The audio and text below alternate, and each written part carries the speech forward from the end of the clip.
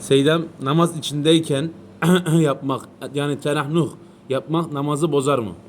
Mezhebin Şafii'ye göre ve Hanefi'ye göre ve Hanbeli'ye göre tenahnuh av yapmak namazın içinde bozulur. Ama iki harf çıkarsa bozulur.